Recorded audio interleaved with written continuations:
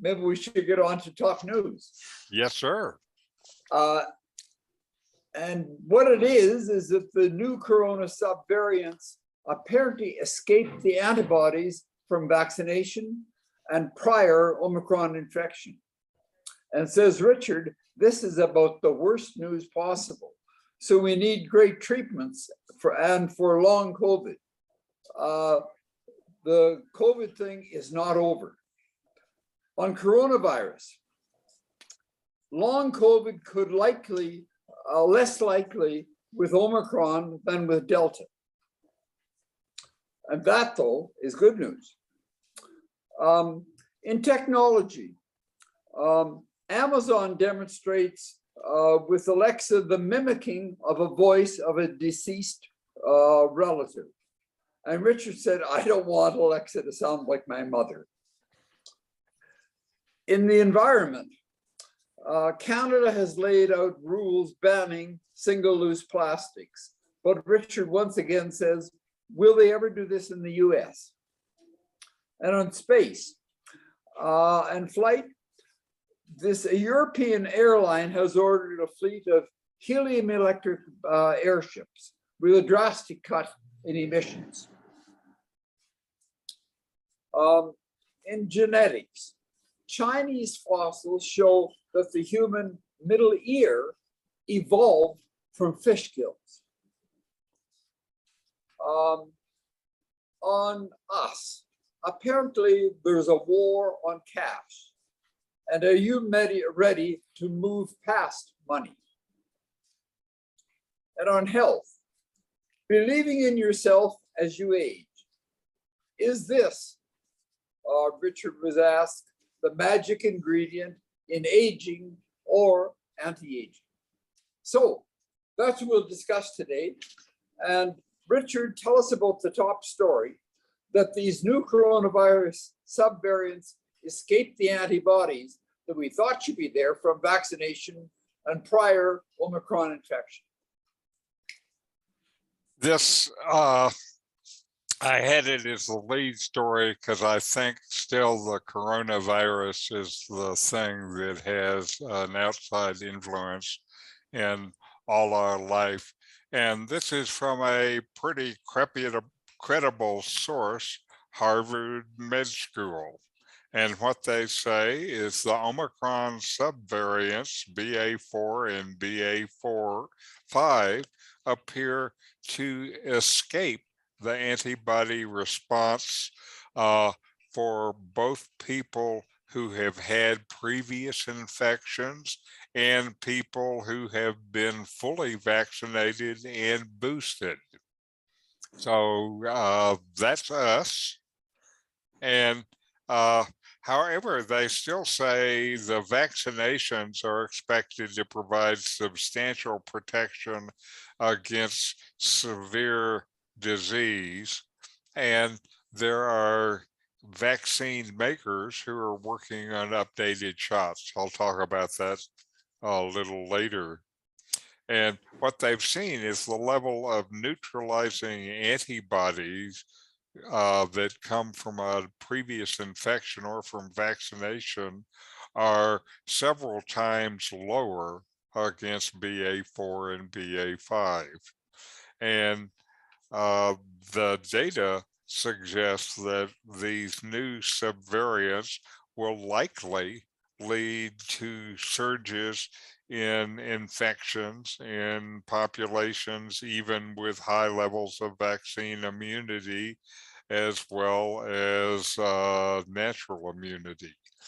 And the results point to a higher risk for reinfection, even in people who had some prior immunity. And one thing also, BA4 and BA5 are the fastest spreading variants that we've seen so far. So we also, we've heard about cases going up in Mexico, particularly in the stuff close to the US. And new data suggests that COVID-19 still has the capacity to mutate further, and the mutations that catch on are those that increase transmissibility and increase antibody escape, like these variants that we are facing now. And so it's important that we remain vigilant and keep doing what we know to do to protect ourselves and others. And people should be aware that they could get sick again, even if they had it before. And now efforts are underway to try to update the vaccines. Moderna has a latest version of a COVID booster. It's a bivalent booster, which uses protection from the original booster plus protection designed for Omicron. And they say their testing shows a potent immune response against Omicron of this new vaccine. And what they're trying to do is to complete regulatory submissions on an emergency basis so that they can start using this new vaccine in August. They want to distribute it in August. They anticipate there'll be a fall season like they have had other years, and they want to get the vaccine out there first. And, so it's not over. The new fastest spreading one is on its way here. And don't throw your mask away. Any thoughts? Very few people here in the States are wearing masks. You go to a grocery store, you hardly see anybody, maybe one or two people. And I think that's a mistake. And we are flying tomorrow, we're flying to Mexico, and we're definitely going to wear our mask on the plane. Good. I'm glad to hear it. Are you going to wear masks on the plane on your flight, Fred? I'll be double masked. Double mask. Okay, good. Yeah, that's what I plan to do also. I'm flying to Chicago in September. And then from there, a week later, we're planning to fly to Amsterdam. And then we'll be there for a couple of weeks and come back. But that is my brother lives there, and he says, "Well, you're going to be right at the high end of the season." He's an optimist. Either wear your mask or hold your breath. Well, I think I'll do the former. It's holding my breath. I can do only for a few seconds. Okay, so that's not going to be a solution. No, but I'm going to carry a little bottle of gel, yes, bacterial. I'm going to a big professional reunion the end of August, and I hadn't thought about it before as to what precautions, are reasonable to take in something like that. There'll be, 800 people there probably. Inside. Mostly inside, workshops, presentations, speeches, parties. Not sure what to do right now. I'll have to ask Tony when she comes back from Mexico. Well, maybe by September, this BA 4 and 5 surge will have passed. I can certainly hope so. This article was depressing, but at the same time, it kind of shows us that we're moving into the endemic stage rather than the pandemic. So there's that silver lining. That story, Richard was saying that was a problem. The next one seems a little bit more helpful because apparently long COVID is less likely with Omicron than with Delta. Tell us about that. And this is another quality study done by researchers at the King's College in London that included about 100,000 COVID patients. So it's got a significant base. And they did careful analysis, and it showed that Omicron so far looks like it causes long COVID at about half of the rate that Delta did, which was the one before it. And specifically, they saw long COVID from Omicron for about 4.5% of those evaluated, while Delta caused long COVID at more than twice that rate, 10.8%. So that is hopeful about it. They still say this study is from early in the life of Omicron, and as it is around longer, they may see a change in the population because due to Omicron's transmissibility, a lot of people are going to get it, and we'll really know better about the rates in a few months, but this data at least is encouraging. Any thoughts?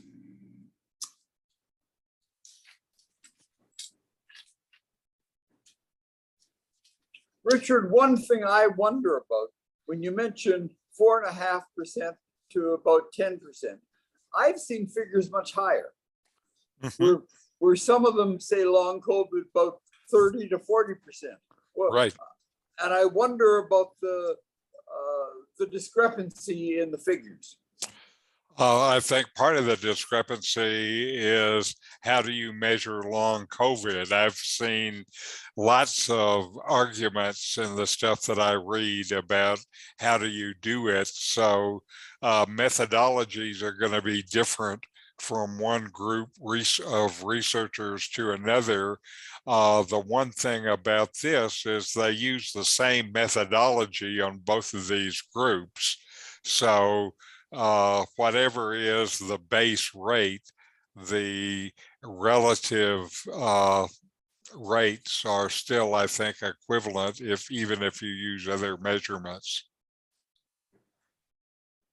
And again, this is still what people forget is this whole thing is new, and we're besides us trying to figure out what to do about this, there are a whole range of new kind of tools the scientists have to use to figure this out. And so we have learning process upon learning process going on. And so we don't know. Give us another 10 years and then we'll know what happened this year. Now, Richard, if you think you need another 10 years, apparently you don't need 10 years for Alexa to be able to sound like your mother, like a deceased relative. And you apparently don't like that. Maybe some others would like that. Well, they showed an example where they would like it. So Amazon demonstrated a new feature they're working on their Alexa voice assistant to emulate any voice. And it can be used to replicate family members, of course, even after they died. The example they used in the news conference was a child coming up to Alexa and saying, "Grandma, read me a story." And so their Alexa read the story in grandma's voice. So they use the most attractive possible image in their press release to show it. I think it's kind of creepy, but I can understand that people would like it. And the part of the power of the model is they don't need much training data to produce high quality voice emulation. They need only about a minute of recorded audio. So if you have a recording of grandma's voice or another loved one, then you can have Alexa speaking in their voice. It's in development. They haven't said when it's going to be released. But this is also a part of what Amazon is trying to do to make Alexa's voice more natural in general. I think they believe that these voice assistants are going to be an enormous segment of the market, and they're doing everything they can to add power, so we won't have to use these primitive things like our computers and our keyboards anymore. We can just talk and ask the questions we need and have it be taken care of us. But that we have to make it sound like my grandma. I don't know. My mother, I don't know if I would like. If it was my grandma, maybe I would like it. So I think it depends on whose voice out of the past. Any thoughts? Just a matter of time before this would be used commercially. So your mom or your grandma says, you should really buy this product. I'm sure you're right, Your Honest. Well, and maybe you heard that John Lennon sang at a concert in Glastonbury last weekend. It was his voice that they had recreated somehow. I had heard something about it. I didn't realize that's what it was. Okay. It wasn't Alexa, but well, I don't know. Right. Well, I don't know. I don't know. So far, I have not even heard Alexa hum.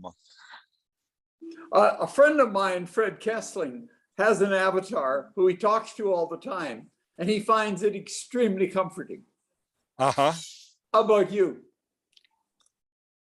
I was going to bring up that I think we're focusing too much on the people that are no longer with us.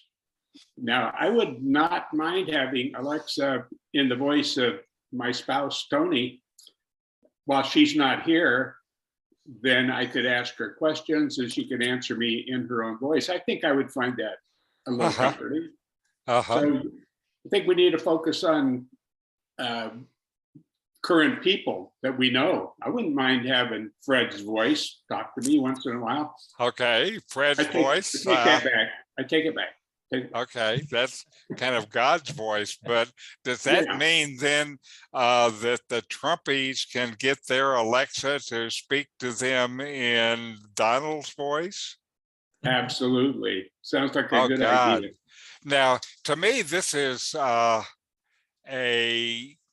different version of something that I read about and reported on about a year ago, where with the the writing recognition software GPT-3, the last version of that, one guy took the language module and ported it in a kind of way where you could give it writing samples from your loved one, and then you could engage in a conversation via chat, and it would give responses appropriate to what your loved one might say.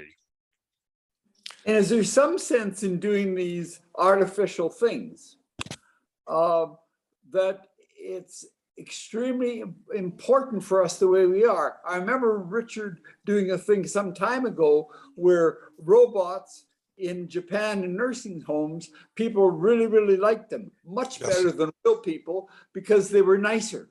Yes.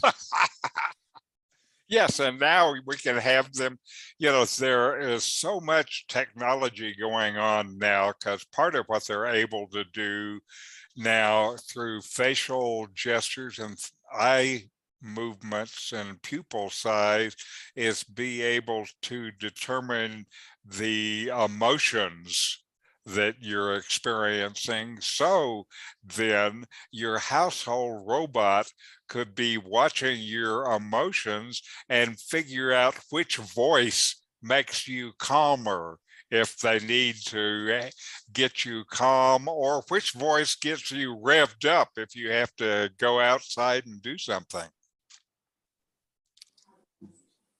So there's a whole level of interaction and control system that is possible here. I spent part of my life in the switch mode power supply business, and that is really a business of feedback and control. And so it made me sensitive to these kind of control loops that are possible. And so you ain't seen nothing yet. Just wait till it's monitoring your emotions and then responding in the way that generates the emotions that will help them sell you the product. Our next, in the environment story, Canada apparently has laid out rules banning single-use plastics. And Richard wonders, is that ever possible to happen in the United States? Tell us about this. Well, it really is, I think, encouraging in Canada. And one of the things that is encouraging is they are doing it quickly. So Canada has laid out their final regulations now, spelling out how it intends to apply a ban on single-use plastics, but this is fairly quick. They will ban the manufacture and import starting in December of this year, and ban the sale a year later. These are single-use plastic bags, cutlery, straw, stir sticks, carrier rings like your beer six-pack is in, and takeout containers. By the end of 2025, Canada will also ban export of these items, making it the first big company to do so internationally. And they say the Canadian population was very clear with the government, and they say they're tired of seeing plastic trash in parks, streets, and other locations. Now, there are some exceptions so that they can sell straws and bendy straws. So those will be allowed for somebody to buy. It's interesting, they will allow packages of 20 bendy straws, single-use straws, as long as the packages are kept out of customer view. You know, like people did with condoms some years ago. You'll do the same thing with your plastic straws. I guess you have to whisper to the drugger, do you have any plastic straws? Or say the code word. And now, absent from these new regulations are any bans on plastic packaging for consumer goods. And this is the leading source of plastic waste worldwide. And though they have put in place regulations that try to attain 50% of the consumer packaging will be recycled by 2030. So anyway, these are major actions from Canada to try to limit the use of single-use plastic. And of course, I wonder, what about other countries in this hemisphere like America? How about Mexico? Think we'll do it? Any thoughts?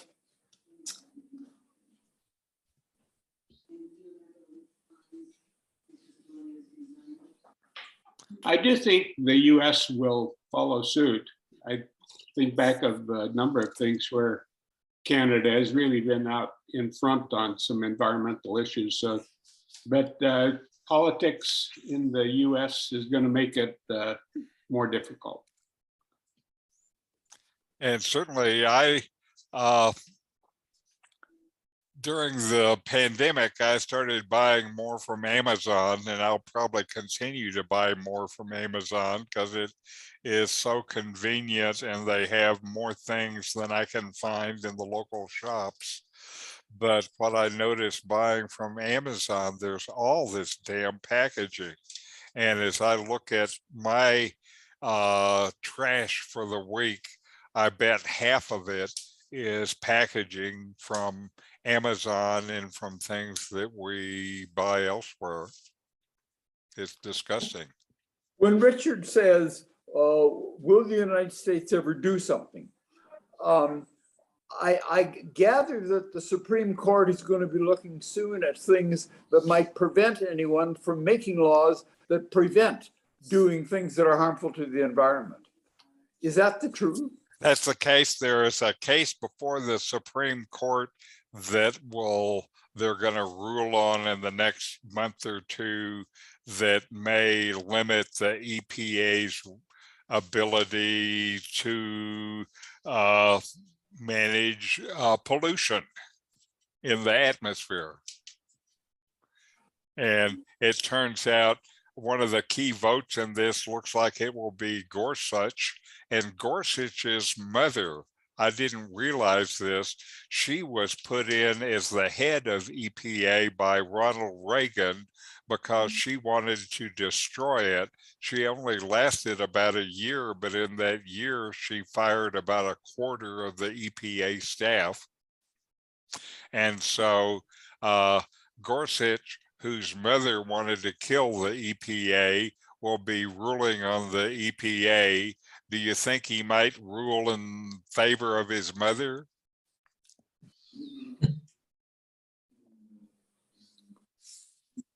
Well, if we want to be a little bit more optimistic, what's this about a European airline ordering a fleet of electric airships using helium? So this is a big deal in a lot of ways. Here it is. It's the company is a Spanish airline, and they have ordered 10 of these aircraft. They are called Airlanders, and it is lifted by helium, so you can't light it and it'll explode, and it's powered by electric. And if you look at it, this is inside the cabin. This is more luxurious than any flight cabin I've been in. And you know, they're big seats, and we have this 1-2-1 arrangement where look at what the window seats give. You have the window that goes all the way down to the floor. You can see what you're flying over. The benefits of this here, there's one more picture here. This is just the pod hanging down from the bottom of it. It looks to me like an interesting thing. The deal is that it's relatively short range. Where they're talking about using it are flights that are like 200 miles. And the reason they plan it being short range is it's pretty slow. It goes about 80 miles an hour. So the 200-mile flight would be 2.5 hours. The thing is, though, that it doesn't need the airfield to support it. So you can fly, and you don't have to fly to an airport that is half an hour or an hour out of town, and where you add this other time to your flight, you can fly and come down in a location close to your destination. Since you don't require the airfield for it to land, you just need a spot for it to come down in. They believe that this will cut emissions by 90% over the existing kind of aircraft. And the thing that is pushing them towards using this in Europe is Europe has a plan Fit for 55, in which their plan is to reduce CO2 emissions by 55% by 2030. And to do that, you're going to have to do things that are different than they're doing now. And this is something they can do and can do fairly quickly. It turns out the development of this plane, the article went and talked about how the manufacturers and the airline spent 6 months of careful review before they placed the order and decided to put it into production. If this was a Boeing aircraft, the review process before they started to build it, the design and review process would be 10 years, not 6 months. They plan to start production next year, and they will be flying and deliver this order within 3 or 4 years. So they'll start to use this in 2025 or 2026, and it will be the beginning of a different way to handle these short flights. And if you look at them, there are lots of destinations where this short flight would work. An example is Liverpool to Belfast, or in the US, Seattle to Vancouver, or Oslo to Stockholm. And, you know, so there are lots of places that it could be used. It flies slower, but I think overall the trip probably will be about the same, because if you're able to fly closer to your destination and not have all the boarding and deplaning nonsense, then it'll be faster leaving and faster getting to your destination once you've landed. So maybe this is a new option that we'll have. I think they look pretty cool. I'd like to fly one. Any thoughts? I think it's a great idea. One of the things I was wondering about is how stable are they in windy weather? Sure. Well, they're pretty big. Yeah, well, you know, the idea is not exactly new. The Zeppelin, you know, flew across the ocean. And I think it was a storm that tore the thing up because there was a morning. Well, they use hydrogen, not helium. Well, that's of course the thing, yeah. So that's the improvement. And the looks is a little different. Mm-hmm. I remember seeing pictures of the blimps, and when they landed, they had like these land crews, like hundreds of guys. They dropped ropes, and I'm just wondering what their plan is for their landing zone. If they have it all automatic now, or some guys are still dropping ropes. I think, you know, it's powered. It's got enough power to push it along at 80 miles an hour. So it has the power to push itself down to the ground, I believe. And so it's not going to be like, I saw those same pictures with all those guys with the ropes. Right. And I don't think it's going to be like that. I'm sure they've asked themselves a lot of these questions, but without an airport, you don't have, you know, access to ground transportation, baggage handling, on and on. I mean, airports do a lot more than just land planes. Sure. You got to deal with the people once they get there. Or take Particularly the off. transportation issues are the big ones, but you know, the thing about buses and stuff like that is they can go lots of different places. Absolutely. But there's a lot of trains that have been scheduled for airports, and I don't know. There's a lot of questions. I find it pretty exciting. I think it'd be great for short term or short haul Right. transportation in the US. And certainly I was in California and I can imagine this from the Bay Area to Sacramento. Absolutely. Or even longer, Bay Area to what? Lake maybe, Tahoe, Lake Tahoe. to Lake Tahoe, certainly. Yeah. That's right. Then you could see the mountains and fly over them. That'd be fun. I noticed also that that it's a HAV, which is a hybrid air Right. vehicle.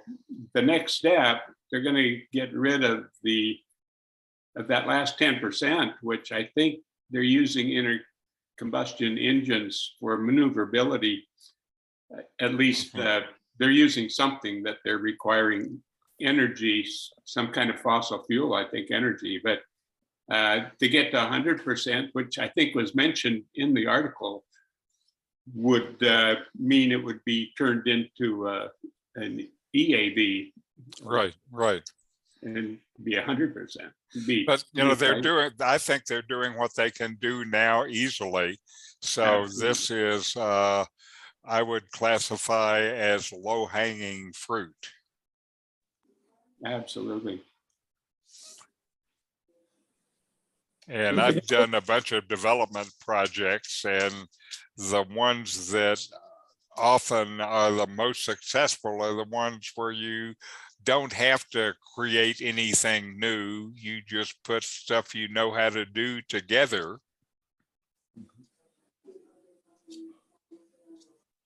In genetics, apparently our middle ear evolved from fish gills. Tell us about that. Well, this is another one like you guys, due to these science sessions in the last 2 or 3 years, I've been learning more about biology and genetics than I ever knew.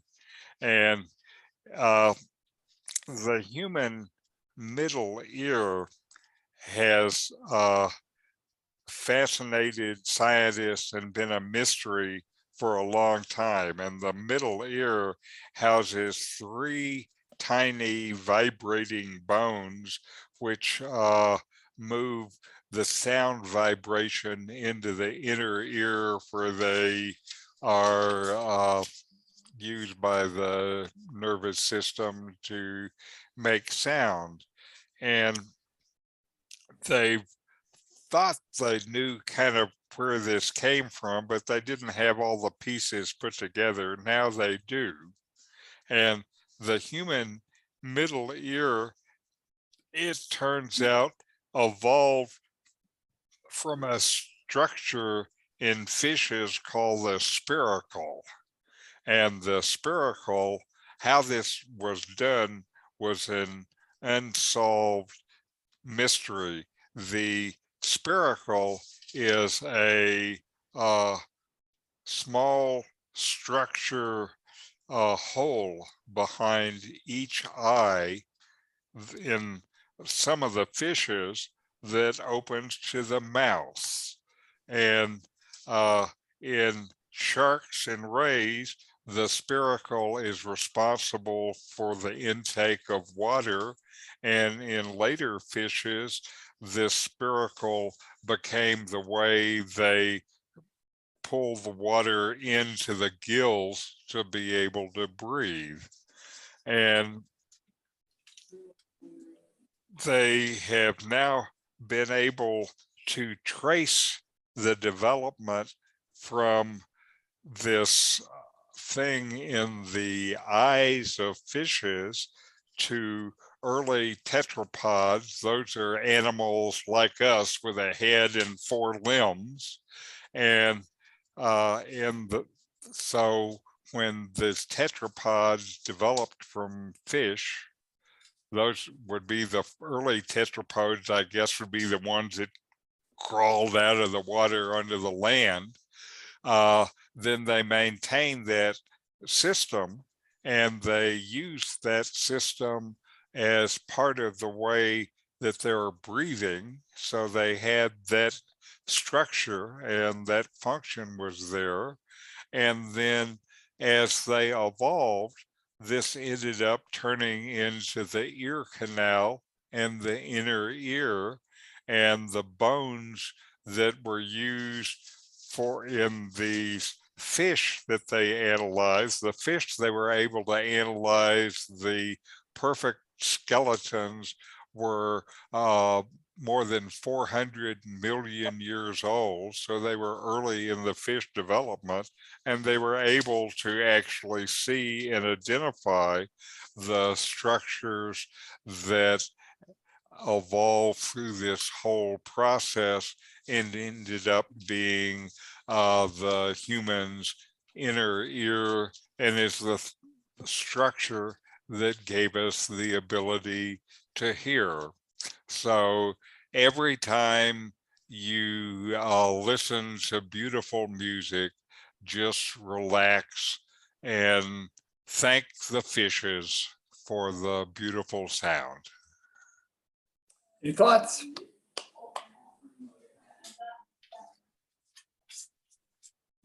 Come on, guys. I think people don't want to talk about that because they want to get on to the next story about getting rid of cash. What's that? Well, this is the life we have today.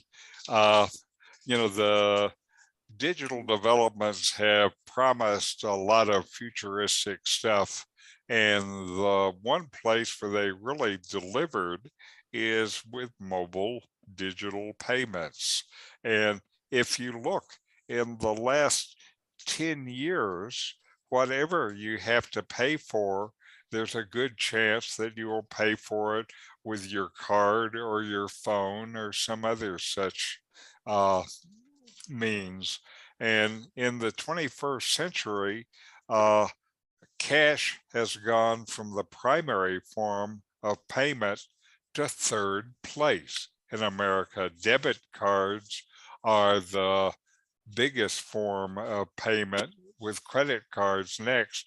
Cash has dropped below 20% of all payments domestically. And so there is an unmistakable, undeniable measure of convenience in these digital payments, but a cashless society would actually exclude a lot of people. And it turns out, if you look at money now, the main view is there are two kinds of money. The cash that comes with these bills with government guarantees is called base money. And the money we access when we swipe a card is bank money. And bank money is issued not by the state, but by the bank. Okay. And so once you deposit your cash, the numbers in your account refer to bank money. So you give your bank your cash, and this is turned into bank money. And banks do hold reserves to base money, but this reserve is only a fraction of the value. That's why it's called fractional reserve banking. This all puts the banks in a very powerful position. They decide who to do business with, so they decide who has access to the system, and then they get to charge a fee for everything. So they control the business, and it's no wonder that banks don't want their customers to use cash. If the customers use cash, the banks don't get a piece of it. It turns out the banks, though, were not quick to introduce digital consumer interfaces, and this opened the door to what is called financial technology or fintech. And the most well-known fintech is PayPal. Uh, PayPal does not bypass the existing financial system, but kind of plugs into it. And if you look at it, the dollars in your PayPal account are kind of like third tier chips.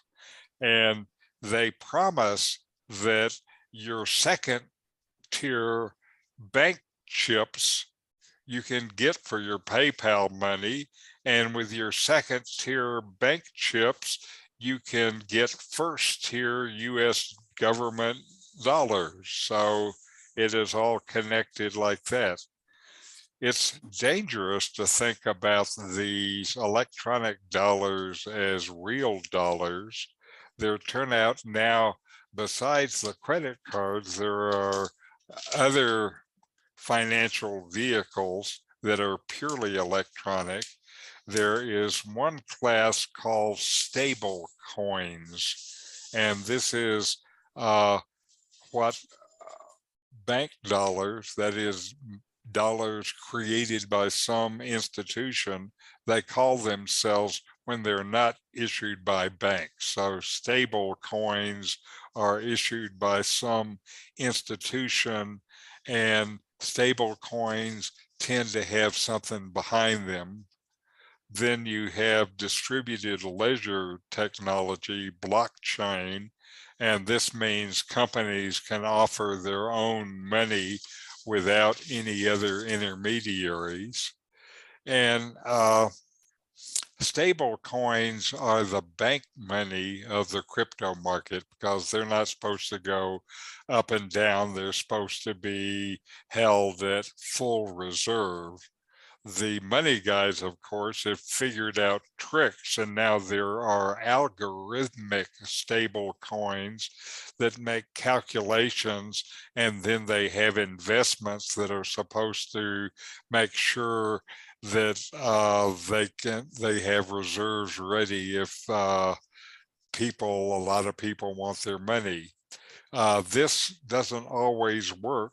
There was a big stable coin, algorithmic stable coin company called Terra, Terra, that had a disaster, wiping out tens of billions of dollars of money in their account. It turns out what they thought by the algorithm covered them didn't cover, and so everybody lost everything. Oops. So that's one of the problems with electronic money. It depends on which kind of electronic money, whether it's really money or pretend money or really pretend money. And of course, there is this three-way incestuous overlap between banking and fintech and the crypto. They all share the same structure where there are a handful of big players that compete and collaborate and all get rich. And so anyone can hold base money. You know, that's actually money you can hold at your hand. And bank money is subject to bank conditions. Cash doesn't discriminate, but MasterCard might. And the issue has come to the point where some progressive municipalities have started to pass rules requiring businesses to accept government money. And in places they do, you hear reports of some business saying, yeah, I'll take your cash. I can't give you any change though, because I don't have a cash drawer. So I'll just take your money. And if you need change, too bad. So money is changing. There are powerful interests in making it all electronic money. The problem with all this electronic money, at least done through banks, is banks control access to it.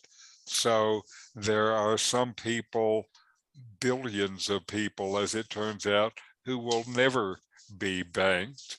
That's one of the reasons why there are these, some countries like China are trying to have a government electronic money.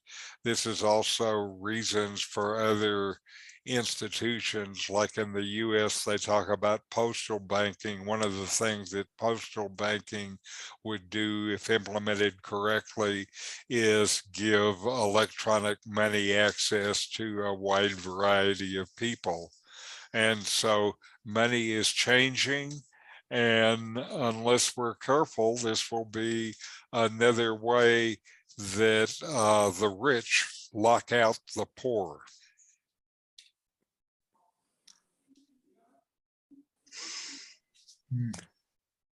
So what do you think, guys?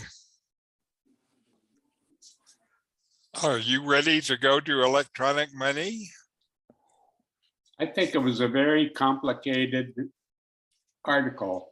Yes. I had trouble understanding it all, but it made me think about why some of us anyway use credit cards. You have frequent flyers. I've flown around the world on miles that my wife has earned through sometimes devious ways. There's cash back things that you can get. I think some of them are advertising up to maybe 3% cash back. I mean, you can avoid some of the fees, not all the time, but you can avoid some of the fees. My wife has paid as much as, I think, over $500 as a fee to have a certain card. Wow.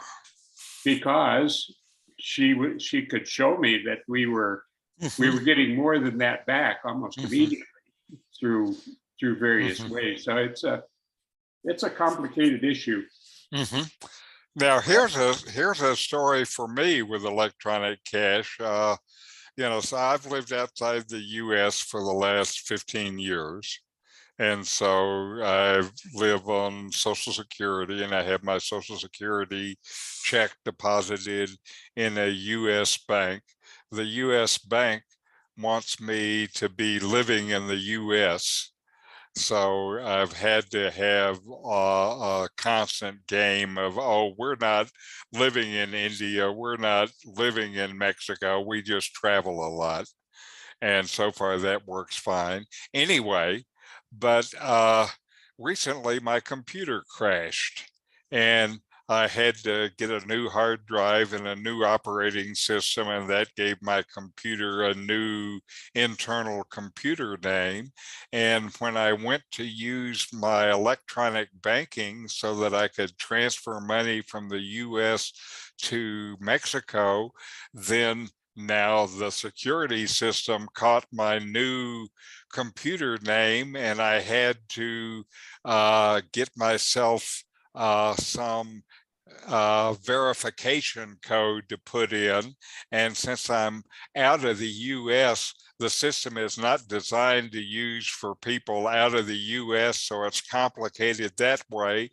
And because the account is 15 years old, the address on it is an ancient address that I didn't remember. And while I'm dealing with them to try to get myself validated so they can give me the code, since I couldn't remember this stuff, they couldn't get me the code. So right now, presently, I can't transfer any of my electronic money electronically to another account. And I think I've figured out how to solve it, But this is the problem with the banks limit the access, and you have to follow the bank's rules and jump through whatever hoops they give you to get access to your money.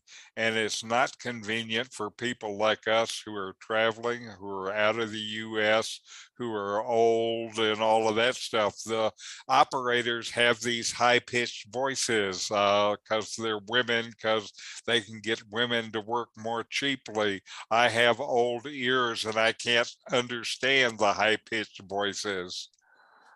So anyway, there are just these barriers to get access to my electronic money.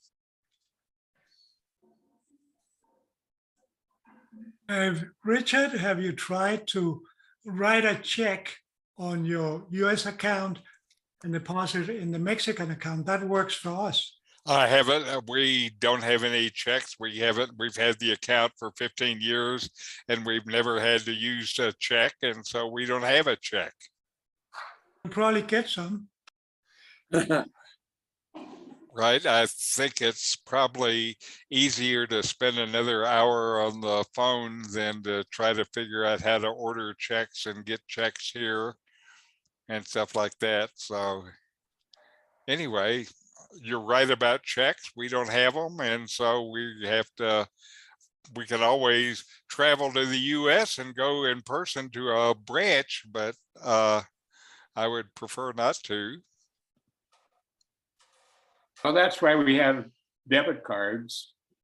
And when we're in Mexico, we're able to go to an ATM and get upwards of 20 to 25,000 pesos at a time from an account that we get no fees charged against us. So that's a lot easier than writing a check. Sure. Anyway, and I've used the ATM card in foreign ATMs to get money also for the last 15 years. Right. And if you select the right one, you can avoid Sure. most Of course. or all fees. We don't pay any fees for our Of course. ATM transaction. But right now we're stuck with the bank that we have, and because we're not there, it's hard to change banks. I wish you'd put your arms back up. Your head is suspended. Oh, that's better. Okay. Okay. Sorry. It was scary there for a minute. Chad, why Okay. don't you pay fees on ATMs? I didn't hear you, Fred. Why don't you pay fees on your ATM?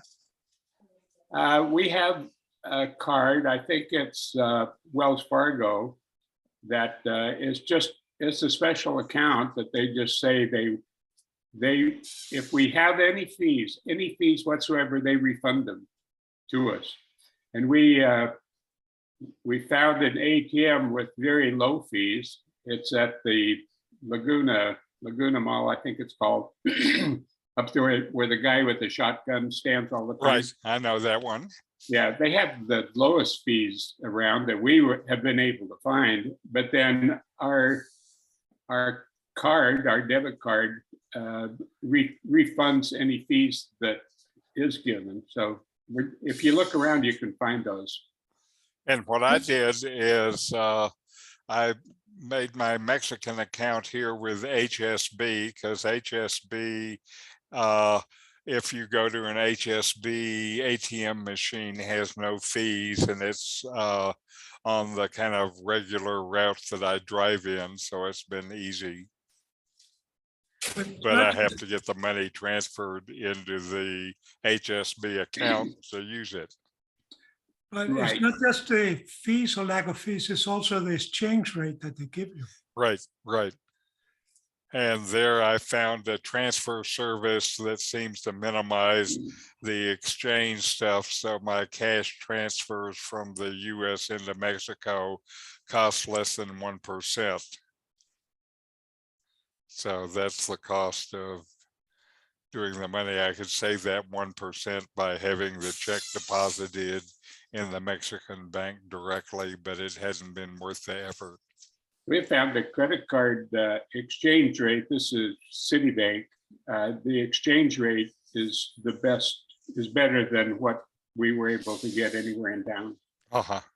So certainly if you can shop around, you can hone those costs. Right.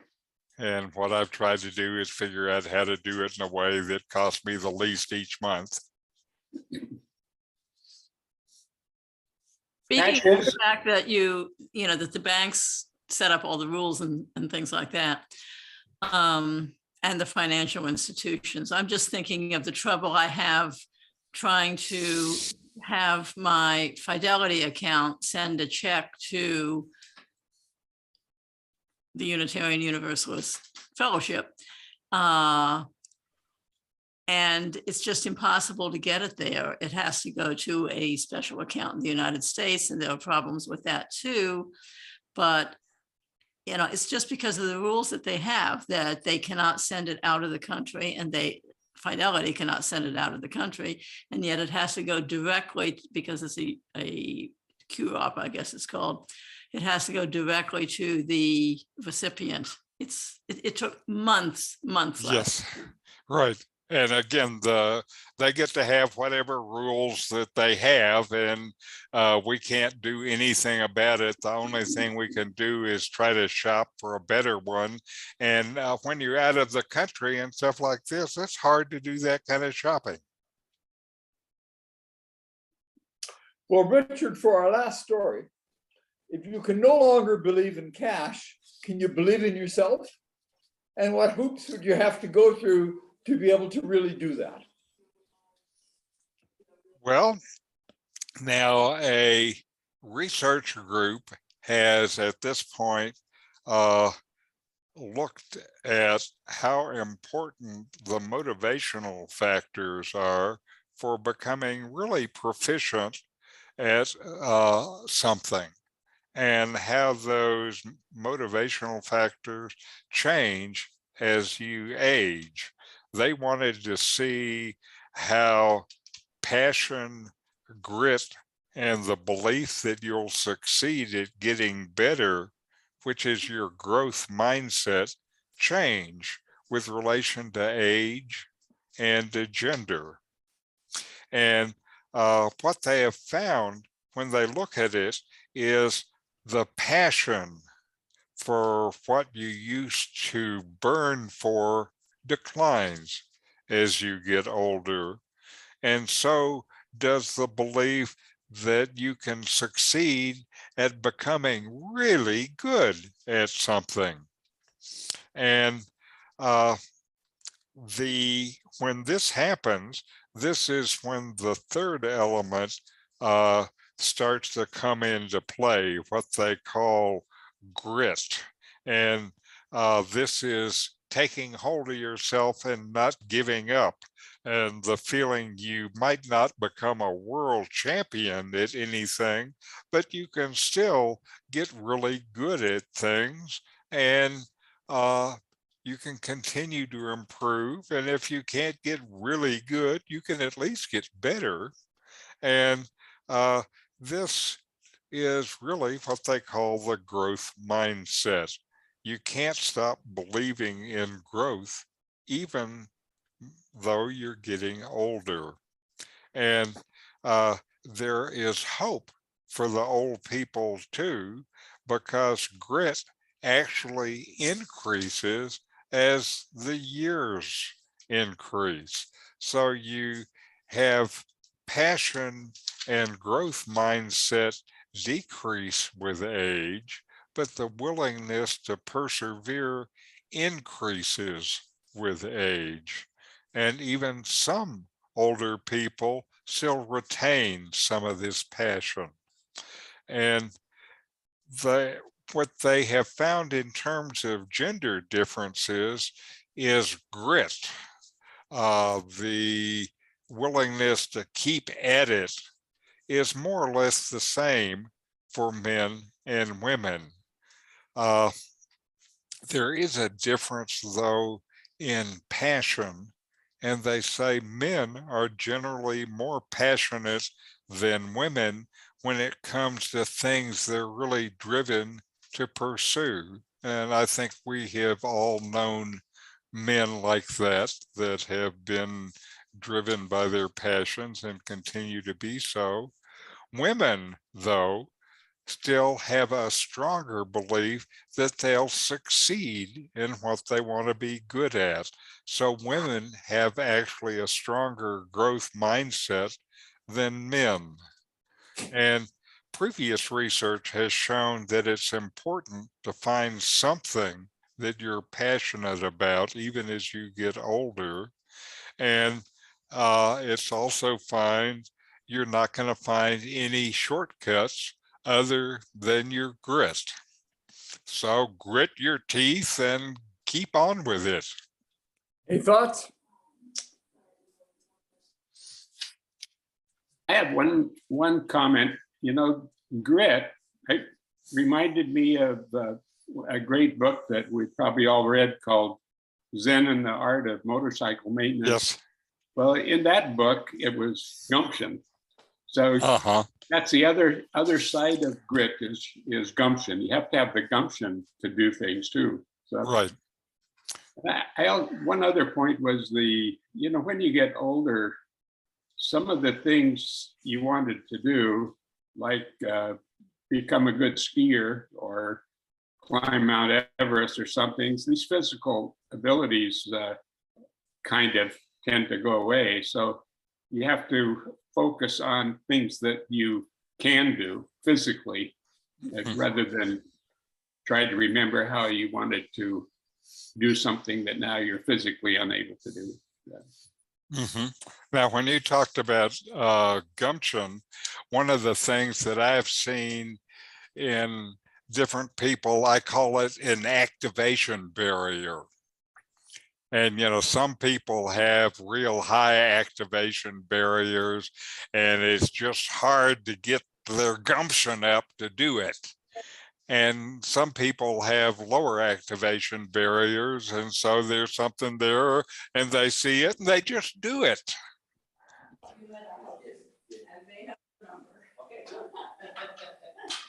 So if they call. So, I think for us, certainly there is a message there, and the real message is that we can continue to learn and grow and find ways to be able to engage in our passion. And now we're old enough to be able to apply that grit and actually get some of this work done. And Just don't lose your gumption. And don't lose your gumption. Just don't try to do it too fast. Right. It's a good article. Yes. Chad, when you say don't lose your gumption, I decided to take part in a 5K race up in Erie, Pennsylvania in a week's time. But in trying to train for it, I realized that being able to, in my 60s, I could run in 30 minutes for a 5K. Now it takes me over 50. Now, what's the solution you're giving for me so that I can run it the way I used to do it? I would recommend that you don't try to run it the way you used to do it, but you have the grit to do it, and you have the gumption to go ahead and give it a try. So good luck. Even if your numbers aren't the same. Right. I appreciate your gumption that you're going to do it in the first place. I think here you're talking about the grit, though. The grit shows up when you discover you're not going to be as fast as you used to, and you still do it anyway. Absolutely. Am I allowed to be disappointed? I can remember doing a 5K with my father when he was 80, and the aim was to complete it, and he did, and he got the best applause when he did that than that anybody else got. So there you go. So I don't think you're 80 yet. Okay. Well, I'm 82.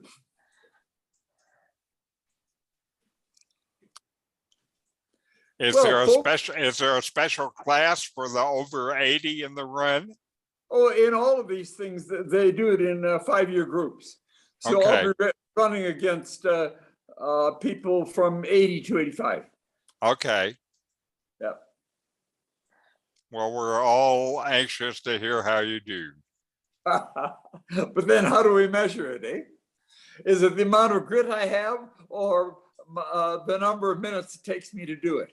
Or the Action. comparative minutes to the other in your class. Yes. Yeah, that's true. Yeah. You know, because if it was 20 minutes slower than it used to be, but 5 minutes better than everybody else, you're doing fine.